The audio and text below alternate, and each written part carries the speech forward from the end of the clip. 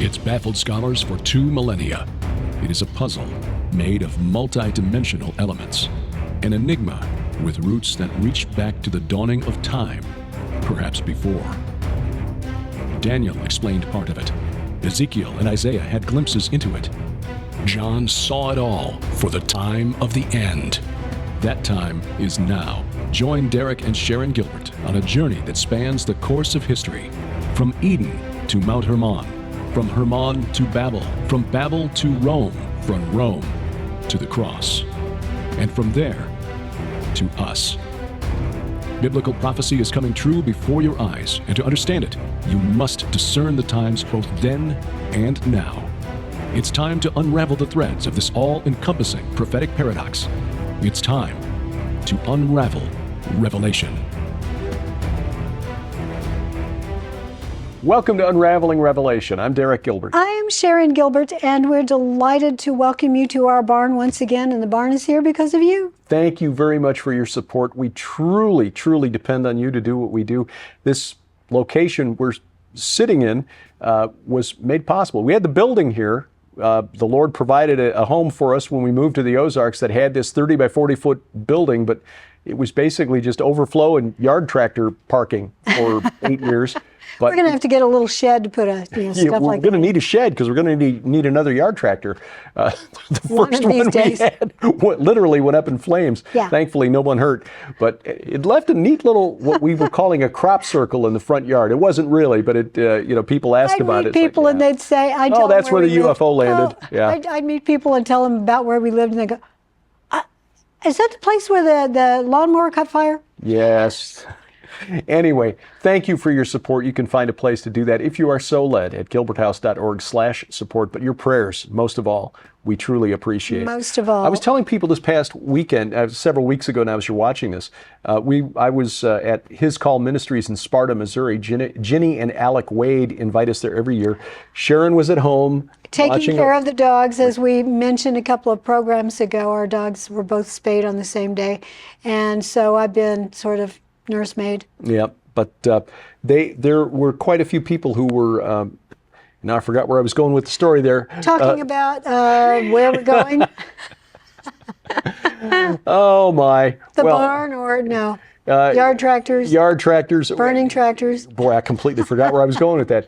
Well, again, as you said a couple programs ago, you get to a point where age just sort of kicks in and you're sitting start there shouting at the screen. Well, sorry. Yeah, anyway, I've lost the thread of my own conversation. Well, we'll pick it up. Yeah. Anyway, we were in the last couple of programs talking about the historical backdrop leading up to where we are today with Israel, the creation of Israel, and why we think that the claims that we, the church, have replaced Israel in end times prophecy are a misinterpretation of Scripture, that these claims that Israel is not a real Israel because it doesn't fulfill the requirements of or live up to the standards of those who are looking at Israel.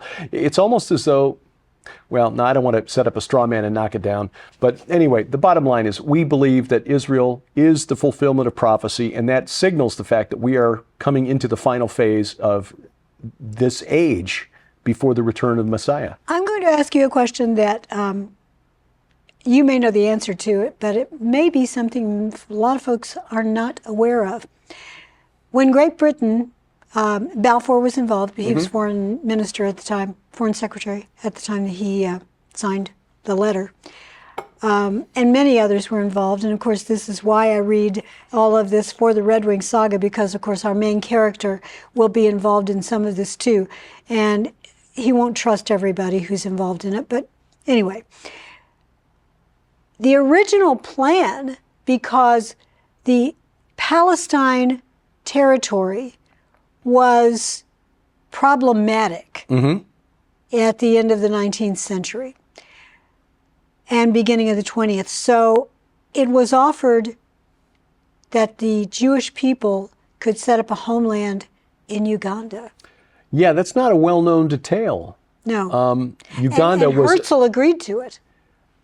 And again, that's not something that most people know. No. In fact, that would have led to all kinds of problems similar to what South Africa's been through in the last 40 years. When Herzl attended and spoke at the Zion Congresses, these big meetings, and hundreds of representatives were there. He was called king. Long live the king, was what they shouted. Yes, long live the king, because it was believed that he was, again, like a modern Moses. They wanted to set him up as the king of this new state of Israel. When he came in and said, we have a new homeland, it's not exactly what we envisioned, but it's a safe place for us to go because, again, thousands of them were being slain in various countries. And they needed a safe place because the anti-Semitism was really boiling over in Western Europe. Uganda, they booed him. Yeah. Oh, they booed him. They went from long live the king to get him out of here. Which is kind of the way Israeli politics is to this day. One week it's yay Bibi, and the next week it's get him out of there. Bibi, yeah. Israeli politics is every bit as contentious and divided as more so. Politics in America. So we think that Benjamin Netanyahu is as powerful as the image he projects during his speeches. That's not the case. Our Israeli friends tell us that's not the case. Well, anyway, you are right. I think the perception that a lot of Christians have who've not dug as deeply into the history as you have, as I'm beginning to do, is that the Balfour Declaration, Balfour, the Foreign Secretary, just a letter that was written to Baron Rothschild, Walter Rothschild, because he was a prominent member of the Jewish community in England at the time, and a member, of course, of the Rothschild banking dynasty. That because a Rothschild was attached to that first of all, you've got this letter that was written by a guy, rather than a letter written on behalf of Her Majesty and the government, to the Rothschilds, who then, because the Rothschilds are allegedly so powerful that their banking cabal was able to force this through despite what anyone else wanted. That happens not to be the case. Jewish banks were being targeted. Jewish banks were being targeted. And they were not immune to that. No, and the Rothschilds, because they're Jewish, did not do well in the period between World War I and World War II. They fell out of the list of top 100 wealthiest families or individuals during that period. This is from a book that I've been reading. It's long and it's detailed, so it's kind of a slog, but it's well worth it because it just reveals a lot about the history of the 20th century that most of us have never been taught. It's called The Secret War Against the Jews. By Mark Aarons, Aarons, and John Loftus. And it details how Western intelligence agencies, especially those of the United States and Great Britain, conspired to try to prevent an independent Jewish state. Again, for Americans, this information is not really comfortable because we like to think, Harry Truman, the United States, we were the first ones to recognize. We'll get to that, but there was a lot of stuff that happened before then. Anyway, the Balfour Declaration was not written in a vacuum. This was in 1917, middle of World War I, and the Brits had allies in this war who had to be consulted. The Brits could not just unilaterally say, okay, you Zionists, we're going to give you this piece of territory that currently belongs to the Ottomans, but after the war, we'll own it, or maybe the French will own it, the Italians will own it, but that's okay, we're just going to give it to you without... That's not what happened. There's a gentleman who's been more or less forgotten by history. His name is Nahum Sokolov. He was a Polish Jew who was really like an assistant to Herzl until Herzl passed away in 1907 or 4? 4 or 7 is one of those. And Sokolov took over as General Secretary of the Zionist Congress, which began to falter and fracture after Herzl died. It's like, okay, who's going to lead us now? Well, Sokolov kind of took over that role. And because of that, he was considered kind of a rival to another prominent figure in the Zionist movement, Chaim Weizmann. Weizmann didn't like Sokolov, and Sokolov thought that Weizmann was a little too interested in getting credit for things. Sokolov passed away in 1937 and never wrote his memoirs. Weissman did, and so he gets credit for a lot of stuff that Sokolov actually did.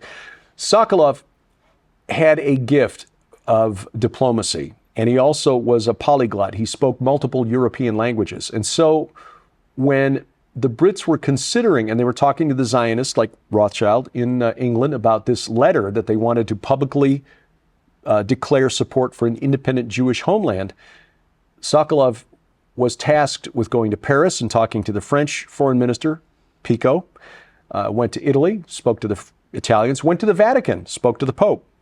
And he actually got agreement from the French, the Italians, even the Vatican, which was a real shift because, as you know, Pope Pius IX and the 10th were both very anti-Semitic. Absolutely. Pius IX rabidly referred to them as dogs. Yes.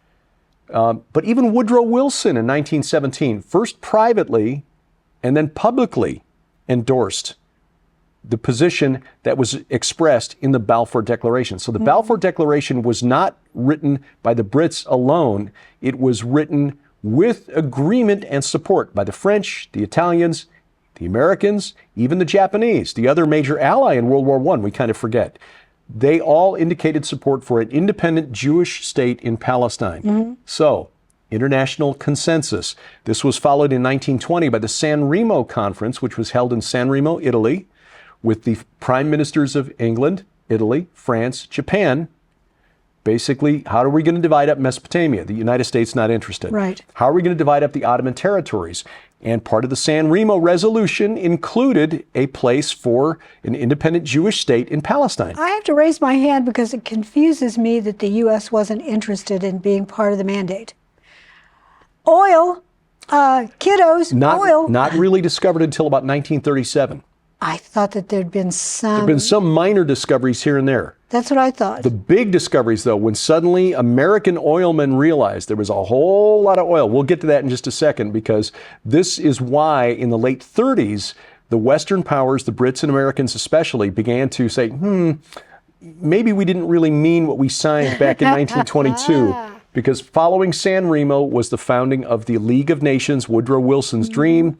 America never signed on to the League of Nations, but the League of Nations Charter, 1922,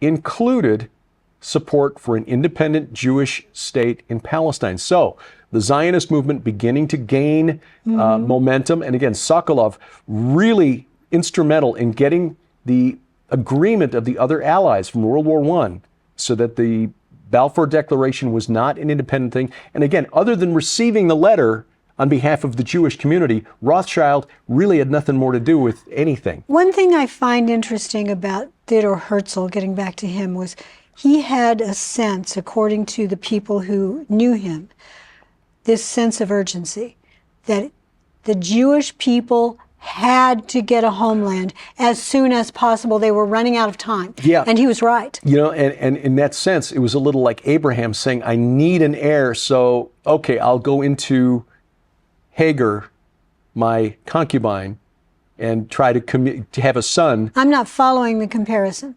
Accepting the offer of Uganda rather than waiting for what God had promised. Yes, exactly. You are so right. You are so right. And of course, Uganda, he said, look, we can settle there, and when it's safe, we'll go into Palestine. Yeah. What he actually meant was when we're allowed, we'll go into Palestine, which is sad. Well, they were looking for, again, an international coalition. Contrary to what some who think that this modern state of Israel is illegitimate, they did not invade, they did not conquer. They were told, hey, we are going to give you this land in Palestine. And that was, again, the Balfour Declaration, 1917, the San Remo Conference, 1920, the League of Nations Charter, 1922. We'll take a break, and we'll tell you why things changed in the 1930s leading up to World War II when Unraveling Revelation continues. Giants, gods, dragons, they're all real. We may not see them with our natural eyes, but their handiwork is evident in what's happening in the world around us, the spiritual warfare taking place. It is so true. It's obvious in Israel, but worldwide. Historically, we've seen this happen. And we want you to get excited about the Old Testament and the New and the giants, gods, and dragons within it, because your kids need this information. So do you. Yes. We're living in prophetic times. Help make sense of it with our special offer through July. Our book, Giants, Gods, and Dragons, which takes a fresh look at end times prophecy. My book's Bad Moon Rising, about the spiritual forces behind Islam. And Last Clash of the Titans, the overlap between what we were told is Greek mythology and the Bible. And our DVD, based on the 4 horsemen of the apocalypse. All of this, an $80 value for just $45 plus shipping and handling. Now through July, only at our online store, gilberthouse.org/store. Welcome back to Unraveling Revelation. I'm Derek Gilbert. That makes me Sharon Gilbert, and we're delighted that you are always here with us. Don't forget, we are going to Israel in March of next year. We will be there from March 25th through April 3rd with our special guests, Dr. Judd Burton, Ooh. Pastor Doug Van Dorn, author of Giants, Sons of the Gods, also featured in the documentary series, Angels and Giants. Oh, yeah. Yeah. And Timothy Alberino. So, Great yeah. lineup. You don't even need us.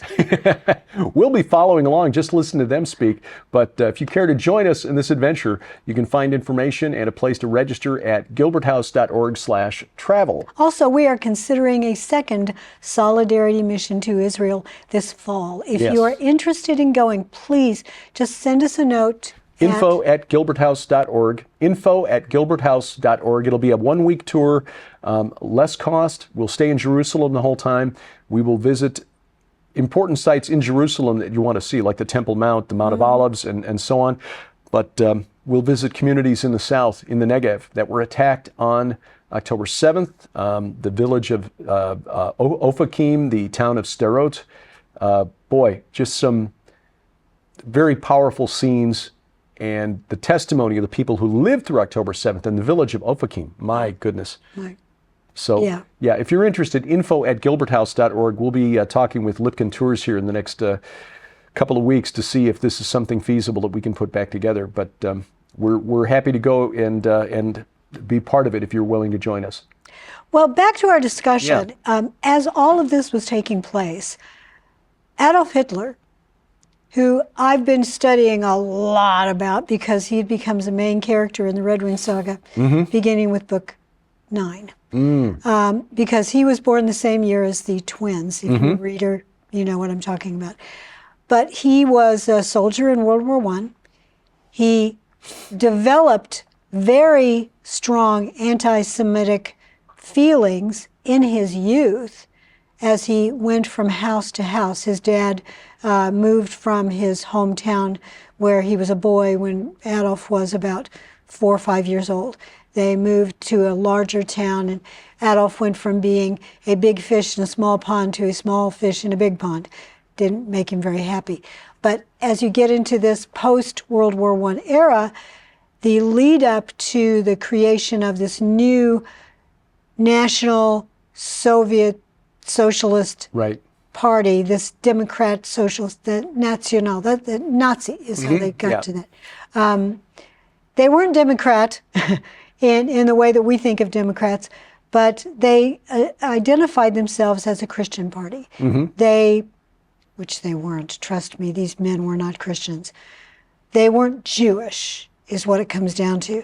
And it was a very anti-Jewish sentiment.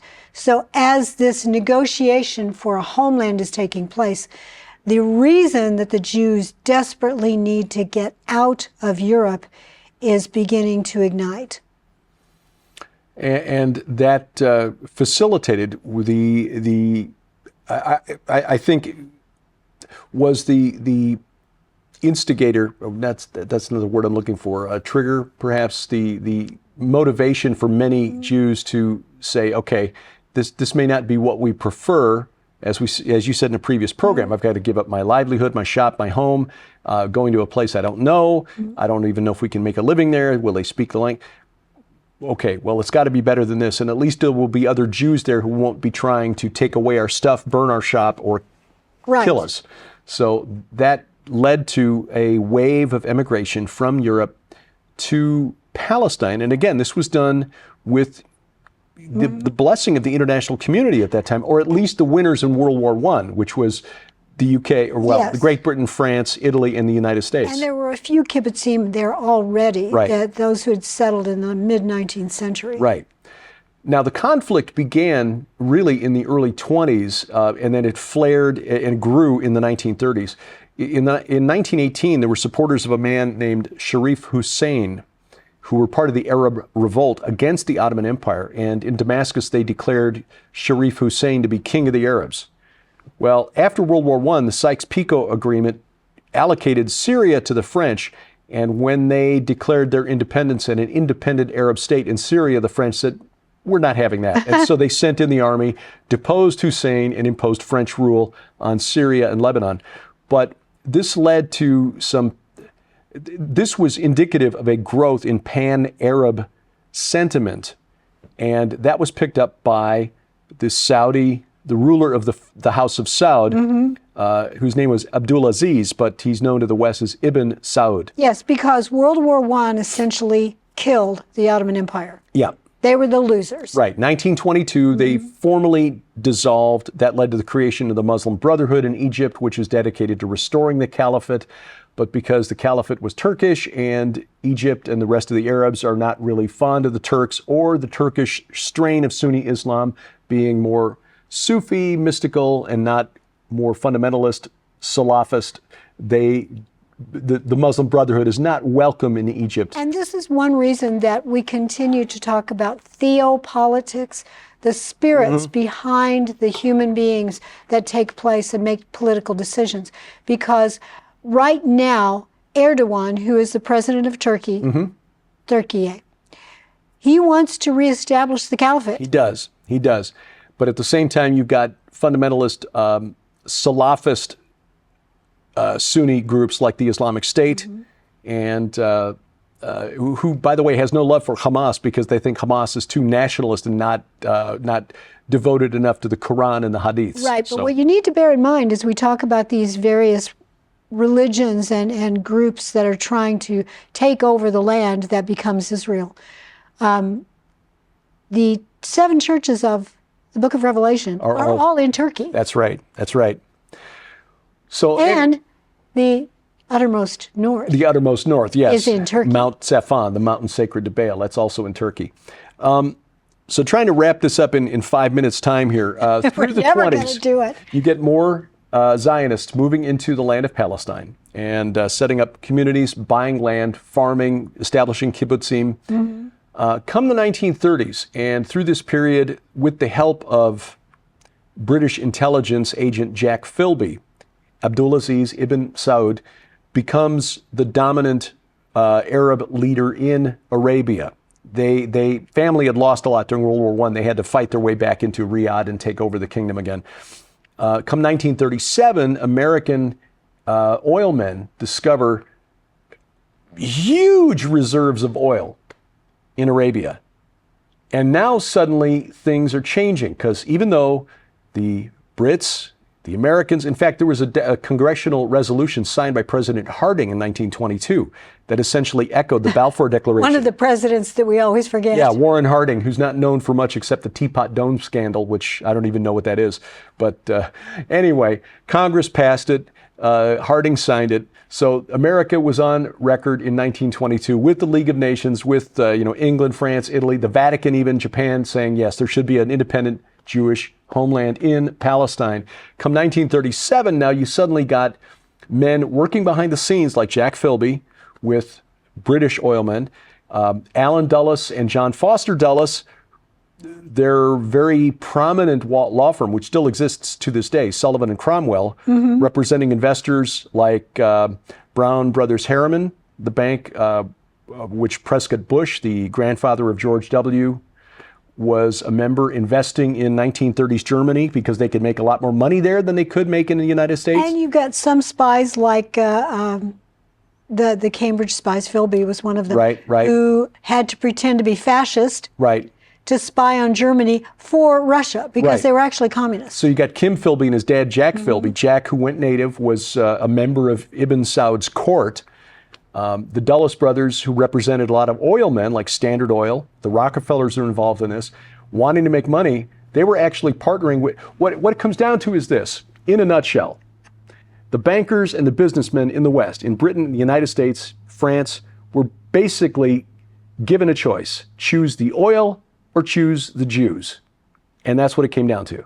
So in the late 1930s, you got Britain and the United States basically reneging on the deal. The Brits in control of the mandate of Palestine suddenly cut off Jewish immigration to the land and began embargoing any sale of weapons to the Zionists so that they could defend themselves against the Arab militias and the Arab Legion, which was the army of the Transjordan, now the country of Jordan, which had been armed and trained by the British. It also became politically difficult to sponsor immigration into Israel. Right. Therefore, Britain, who had the mandate Yeah. over the area, would not let them in, Right.